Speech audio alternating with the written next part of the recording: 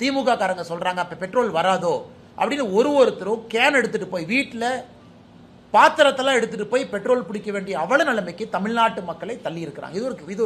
இது ஒரு வேடிக்கையான விஷயம். இந்தியாவில் எங்கேயுமே கிடையாது. பீகார்ல யாரும் போல, உத்தரப்பிரதேசத்தில் யாரும் போல, தமிழ்நாட்டில் மட்டும் இந்த கையாலாகாத திராவிட முன்னேற்ற கழகத்தினுடைய ஆட்சி பொய்யை பரப்பி பீதியை பரப்பி மக்களை வீதிக்கு வந்து ஒரு பெட்ரோல் பம்ப்லையும் நிற்க வச்சிருக்காங்க. இன்னைக்கு நம்ம புரிந்து கொள்ள வேண்டும், இந்தியாவை பொறுத்தவரை நம்முடைய பிரதமர் நேற்று காலைல தெளிவாக பேசினாங்க, எந்த பிரச்சனையும் இல்லாமல் நாம் இருக்கோம், எந்த பிரச்சனையும் இல்லாமல்.